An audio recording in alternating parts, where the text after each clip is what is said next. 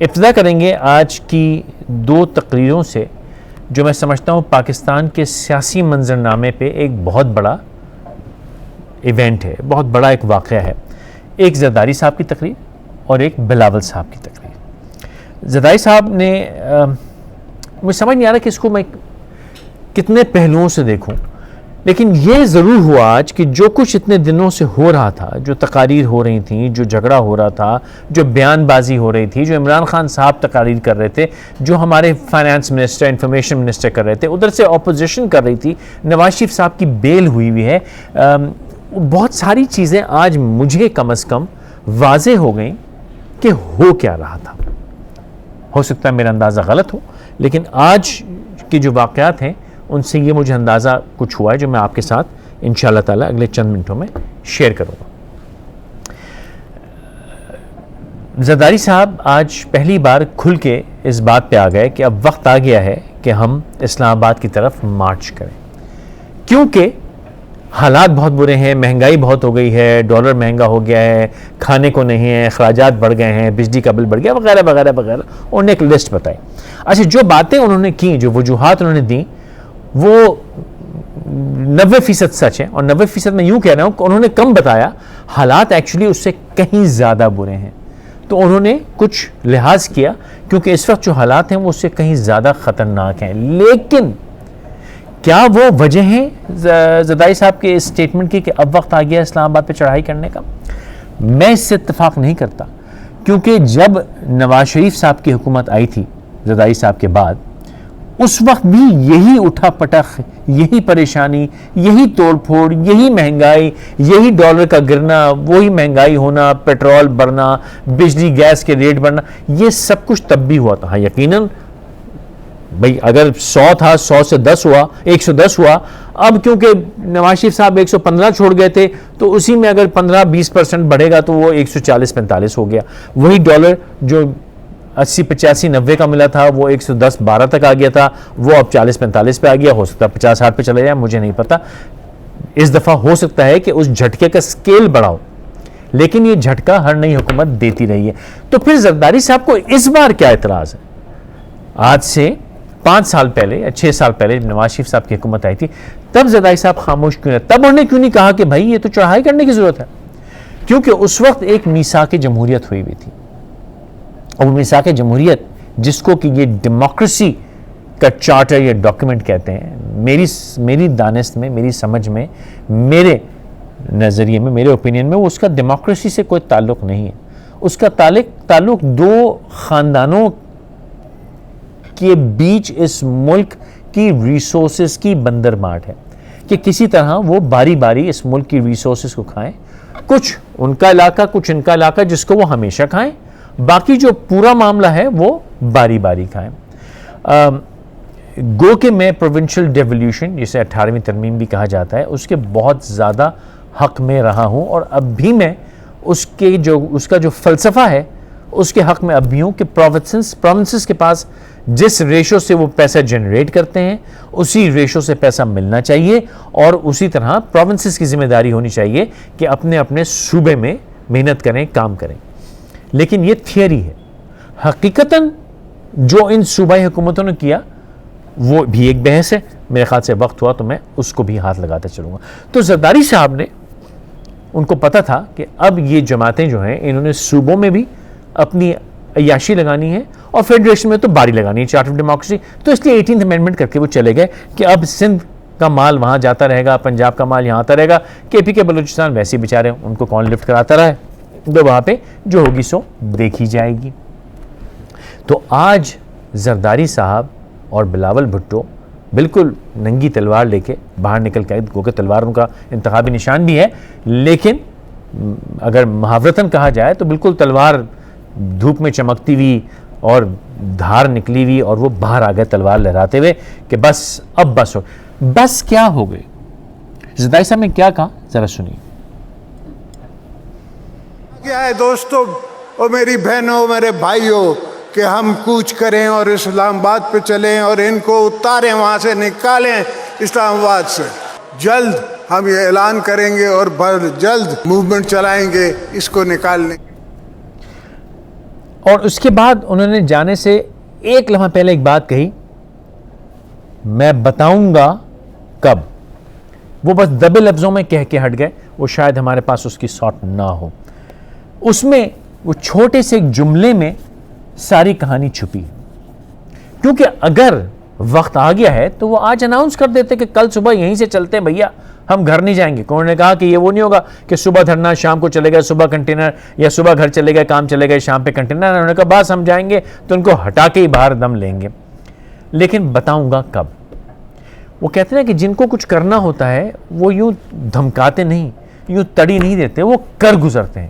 تو زرداری صاحب کچھ نہ کر گزرے, صرف انہوں نے یہ بات کہہ کے کہ اب ہم یہ کریں گے, ایک وارننگ دی. کہتے ہیں وارننگ شاٹ, یہ وارننگ شاٹ تھا کہ اگر جو کچھ مجھے چاہیے وہ نہ دیا تو پھر میں یہ کروں گا. اب ان کو کیا چاہیے اس کو سمجھنے کے لیے ہمیں دیکھنا ہوگا کہ آج سے 6 سال پہلے کیا بات تھی اور آج کیا بات ہے.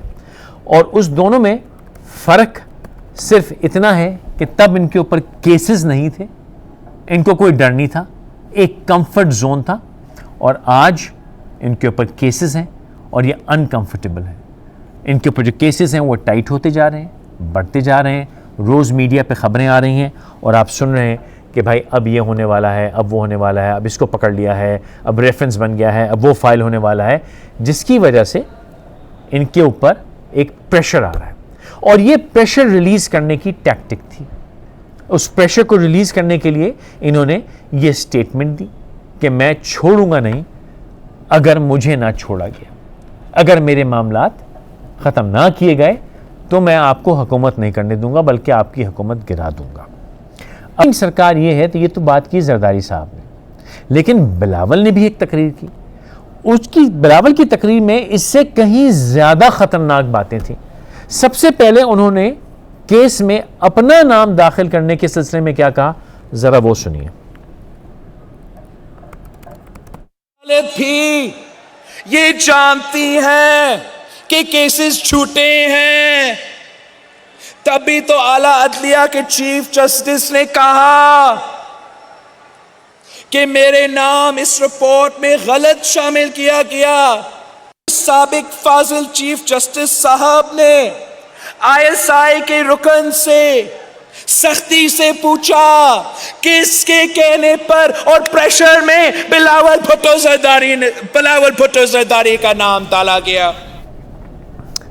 ان کو یہ فکر ہے کہ میرا نام کیوں ڈالا گیا. مزے کی بات یہ ہے کہ بلاول کہتے ہیں کہ جب وہ کیس پاکلین والا جو ہے, جب وہ کمپنی بنی, جب وہ شیئرز, ان کی عمر 1 سال تھی, لیکن حقیقت یہ ہے کہ ان کی عمر اس وقت 21 برس تھی.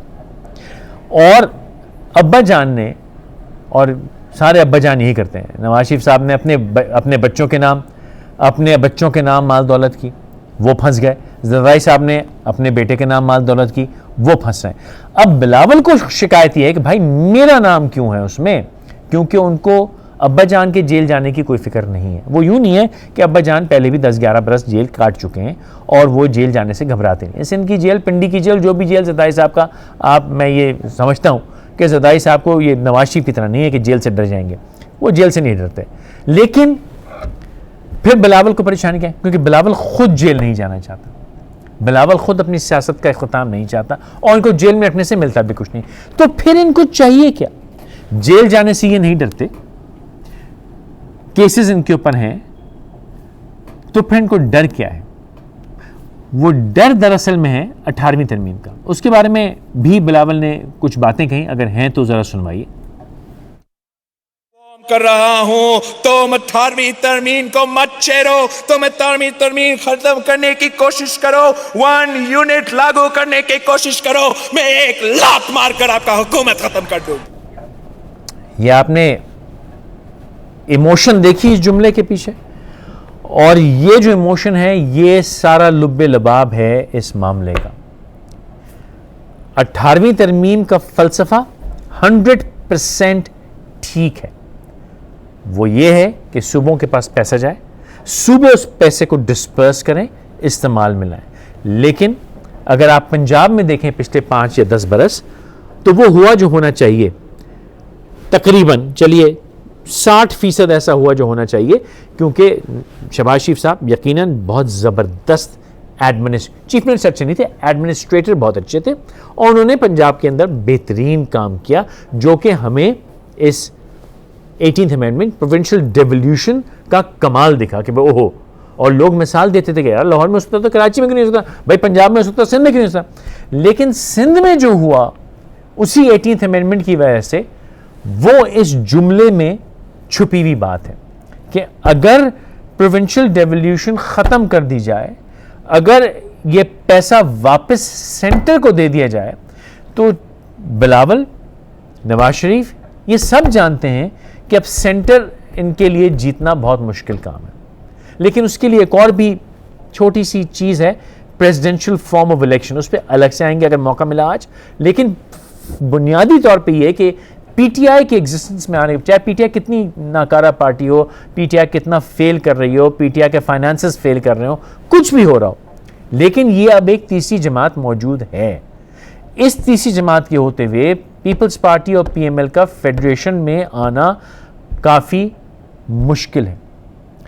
ایز اے ریزلٹ ان کو یہ پروونشل ڈیولیوشن ان کی اب یہ لائف لائن ہے, کیونکہ اگر یہ ختم ہو گئی تو پھر ان لوگوں کا پاکستان میں رہنے کا مقصد ختم ہو جائے گا.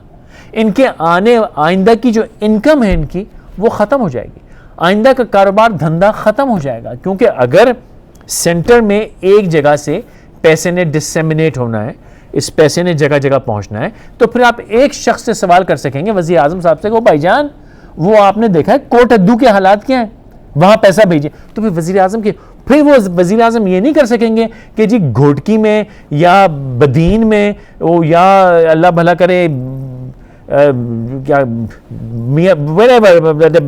کوئی بھی علاقہ ہے وہاں پہ جو ہے کام کیوں نہیں ہو رہا. وہ پھر سینٹر کی ذمہ داری ہوگی. ابھی تو بلیم بھائی یہ فیڈریشن کا ہے, یہ پروونس کا ہے, فیڈریشن کا ہے, پروونس کا, اس چکر میں کام نہیں ہوتا, کیونکہ پریکٹیکلی ہماری پولیٹیکل فورسز نے 18th امینڈمنٹ سے آنے والے پیسے کو مس یوز کیا, جہاں لگنا چاہیے تھا وہاں نہیں لگایا. ایز اے ریزلٹ یہ اس وقت سر دھڑ کی بازی لگانے کو تیار ہیں اس کو بچانے کے لیے, چاہے اس کے لیے جیسے انہوں نے سخت غصے میں کہا کہ لات مار دوں گا. صحیح بات ہے, کیونکہ